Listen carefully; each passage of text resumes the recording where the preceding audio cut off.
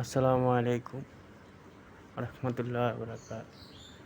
আজকে আমাদের পদুয়ার বাজার বিশ্ব রোড ফ্লাইওভারের নিচে পরিচ্ছন্ন কর্মীরা দেখলাম যে ফ্লাইওভারের নিচে যে ঢালাইয়ের উপর অংশ আছে এখানে পরিষ্কারের কাজ করতেছে।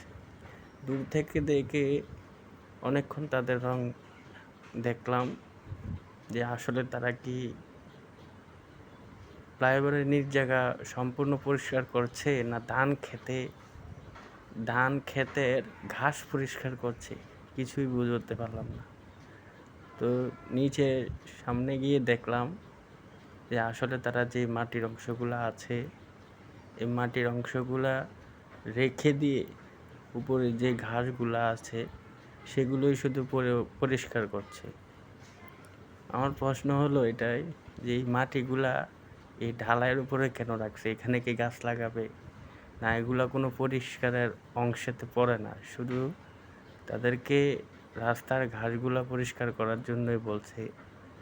নিজে দেখে নিজে মনে মনে হাসলাম এবং চিন্তা করলাম যে পরিষ্কার পরিচ্ছন্নতা যদি এরকম হয় রাস্তাঘাটে